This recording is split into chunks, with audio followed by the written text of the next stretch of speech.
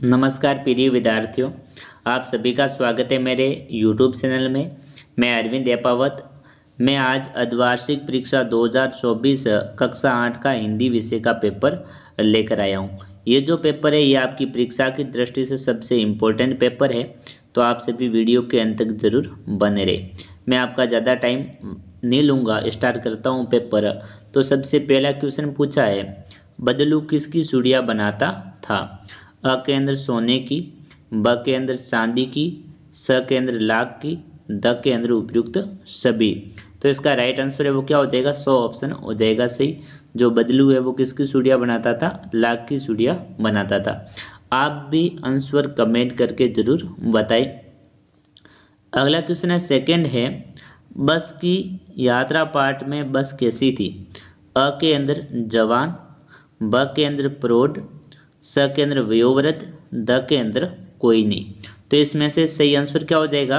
So option है यहाँ पर सही हो जाएगा, वयोवृद्ध बस थी। मैंने सभी प्रश्नों के आंसर साथ में लिख रखे हैं, वैसे कोई प्रॉब्लम नहीं होने वाली, आपको कहीं पर भी ढूंढने की कोई आवश्यकता नहीं रहेगी।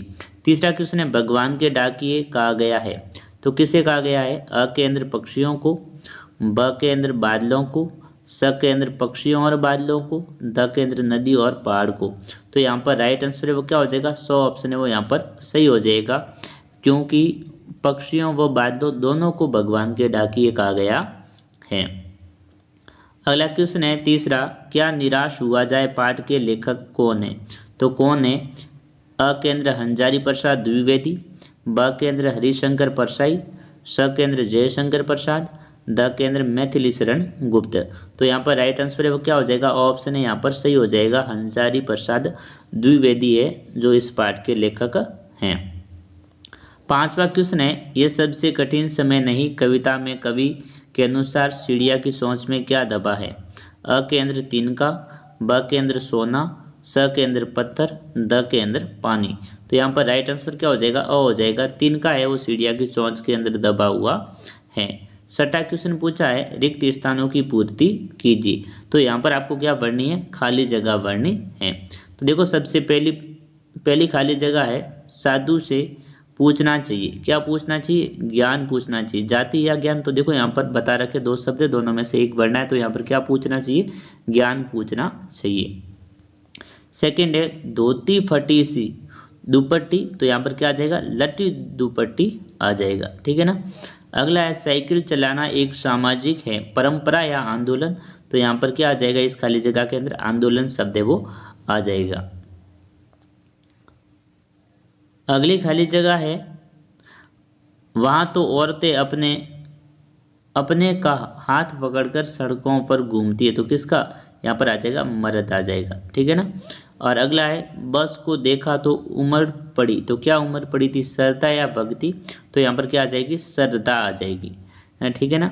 अगले क्वेश्चन है आपके अति लघुतरात्मक प्रश्न रहने वाले, जो दो दो अंक के रहते हैं।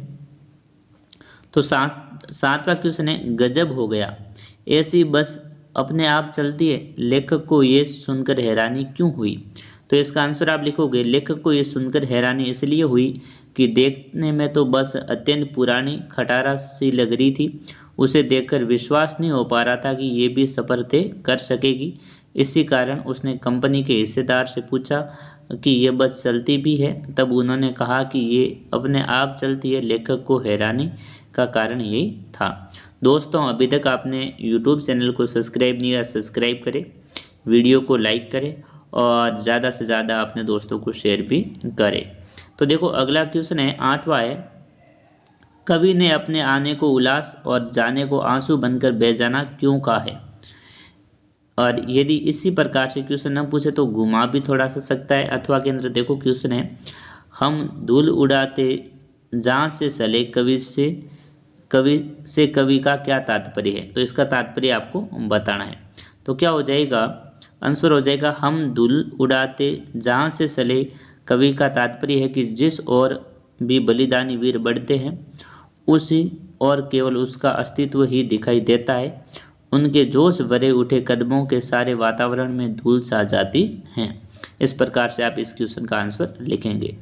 नौवां क्वेश्चन है, वेरी वेरी इंपॉर्टेंट क्वेश्चन है, कवि ने पक्षी और बादल को भगवान के डाकिए क्यों बताया है? ये क्वेश्चन आपके 100% आएगा और बोर्ड एग्जाम में भी देखने को मिलेगा। तो इसका आंसर क्या हो जाएगा? कवि ने पक्षी और बादल को भगवान के डाकिए बताया है क्योंकि ये दोनों मनुष्य द्वारा बनाई गई सीमा रेखा को पार कर एक देश से दूसरे देश में जाते हैं। पक्षी अपने पंखों के द्वारा फूलों की सुगंध दूर दूर देशों तक फैलाते हैं और बादल एक देश से के पानी से बनकर दूसरे देश में जाकर बरसते हैं। इसीलिए ये मानव भगवान की ओर से और संसार में भाईचारा, प्रेम, सद्भावना और एकता का संदेश देते हैं। 10वां क्वेश्चन है, इम्पोर्टेंट क्वेश्चन है, दोषों का पर्दाफाश कब बुरा रूप ले सकता है? तो इसका आंसर क्या हो जाएगा? दोषों का पर्दाफाश तब बुरा रूप ले सकता है जब संबंधित व्यक्ति के दोषों को उबारा जाए और उसे अपनी बदनामी समझकर विरोध करने की दृष्टि से उग्र रूप ले सकता है। ये क्वेश्चन नहीं आता तो देखो यहाँ पर अथवा में लिख रखा है, आपके सपनों का भारत कैसा होना चाहिए। इसके अंदर अपने अनुसार लिखना है कि आपके सपनों के अनुसार, आपके मन के अनुसार जो अपना भारत देश है वो कैसा होना चाहिए, यहाँ पर आपको बताना है। 11वां क्वेश्चन है जो आपके व्याकरण से संबंधित है, संज्ञा किसे कहते हैं? उदाहरण सहित बताइए। तो इसकी परिभाषा सबसे पहले लिखोगे, जिस शब्द से किसी वस्तु, व्यक्ति, स्थान अथवा गुण आदि का नाम मालूम हो उसे संज्ञा कहते हैं। जैसे राजेंद्र, जयपुर, गाय, सुंदरता आदि। ठीक है ना, संज्ञा की परिभाषा यहाँ पर आपको लिखनी थी। 12वां क्वेश्चन पूछा है, निम्नलिखित के विलोम शब्द लिखिए। तो आपको देखो अनुकूल, तो अनुकूल का विलोम शब्द वो क्या हो जाता है? प्रतिकूल हो जाता है। आकाश, तो आकाश का विलोम शब्द क्या हो जाएगा? पाताल। उदय, उदय का हो जाएगा अस्त और अकाल का हो जाएगा यहाँ पर सुकाल हो जाएगा। 13वां क्वेश्चन पूछा है, निम्नलिखित मुहावरों के अर्थ लिखिए। तो यहाँ पर आपको मुहावरों के अर्थ लिखने हैं। तो सबसे पहला मुहावरा है फलना फूलना, मतलब उन्नति करना। दबे पाव लौटना, मतलब शुभ साफ वापस आना। आग बबूला होना, मतलब बहुत क्रोधित होना। 14वां क्वेश्चन पूछा है यहाँ पर, वेरी वेरी इंपॉर्टेंट क्वेश्चन है, निम्नलिखित अपठित गद्यांश को पढ़कर नीचे दिए गए प्रश्नों के उत्तर दीजिए। तो देखो दोस्तों, मैं ज़्यादा टाइम नहीं लूँगा, आपके एक क्वेश्चन आएगा गद्यांश वाला। वो वैसे भी आप सभी को गद्यांश वाले क्वेश्चन तो पता ही होते हैं, जिसको आपको ध्यानपूर्वक से पढ़ना है और उस प्रश्न के अंदर पूछे हुए प्रश्नों के आंसर आपको देने हैं। तो ठीक है, इसको मैं छोड़ देता हूँ, इसके क्वेश्चन है वो मैं पढ़ लेता हूँ। तो गद्यांश का उचित शीर्षक बताइए। तो यहाँ पर क्या हो जाएगा, इसमें शीर्षक है इसका है अनुशासन का महत्व बताया गया गद्यांश के अंदर। दूसरा इसमें क्वेश्चन है, मनुष्य की बुद्धि का विकास कब होता है? तो इसका आंसर है इस गद्यांश के अंदर दिया हुआ, अनुशासन अपने हृदय और मस्तिष्क स्वस्थ रहता है, इससे मनुष्य की बुद्धि का विकास होता है। उक्त गद्यांश का सारांश लिखिए। तो ऊपर जो गद्यांश है उसका सारांश है, मानव जीवन में अनुशासन का अत्यधिक महत्व। अनुशासन से व्यक्ति अपने जीवन को उच्च बना सकता है और उससे ही उसकी बुद्धि का विकास होता है। ज्ञान प्राप्ति एवं उत्तम स्वास्थ्य के लिए अनुशासन अपूर्व साधन है।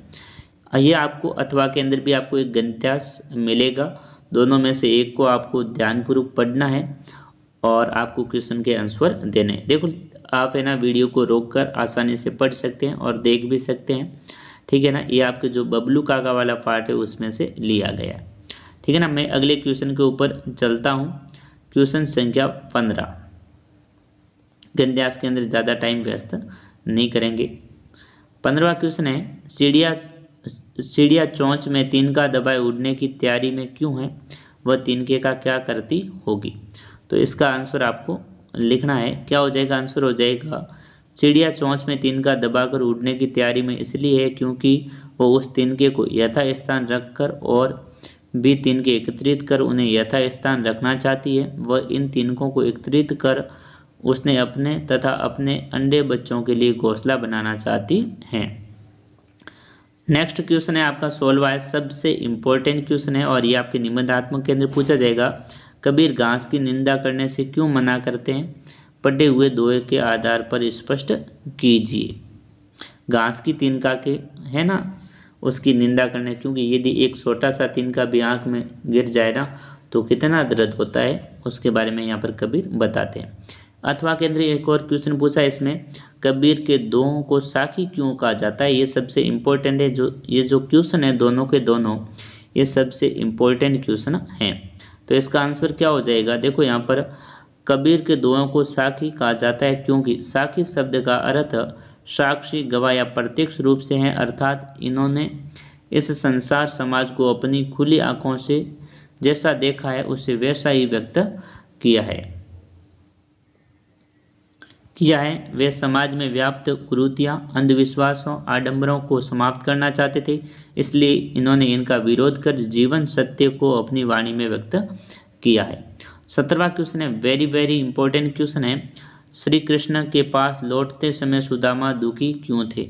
तो श्री कृष्ण के पास गए थे सुदामा जी, जब वापस आ रहे थे वो दुखी क्यों थे? वो सोच रहे थे कि मैं वहाँ पर व्यर्थ में गया, मेरे को कुछ भी नहीं दिया है। जो भी है इस क्वेश्चन के अंदर आप लिखोगे। यदि आपको इसका आंसर नहीं आता तो अथवा में है, सुदामा की दीन दशा देखकर श्री कृष्ण की क्या मनोदशा हुई, अपने शब्दों के अंदर लिखिए। ये भी सबसे इम्पोर्टेंट क्वेश्चन है। 18वां क्वेश्चन है यहाँ पर, साइकिल चलाना किसका प्रतीक बन गया था? तो साइकिल चलाना महिलाओं की व्यक्तिगत आज़ादी का प्रतीक बन गया था। इससे इन्हें पूर्ण स्वतंत्रता मिल गई और वह कहीं पर किसी भी समय बंधन मुक्त होकर आ जा सकती थी।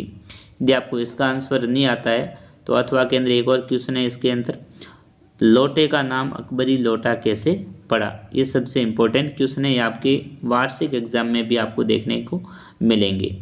यहाँ पर देखो 18वां क्वेश्चन है, अपने विद्यालय के प्रधानाध्यापक जी को शुल्क मुक्ति हेतु प्रार्थना पत्र लिखी। मतलब आपकी फीस माफ करवानी है इसलिए प्रार्थना पत्र लिखना है, वो नहीं आता है तो अथवा के अंदर एक और क्वेश्चन है, आपने 8वीं कक्षा उत्तीर्ण कर लिए तथा 9वीं कक्षा में प्रवेश लेना चाहते हैं, अपने विद्यालय के प्रधानाध्यापक जी को स्थानांतरण प्रमाण पत्र हेतु टीसी हेतु एक प्रार्थना पत्र यहाँ पर आपको लिखना है।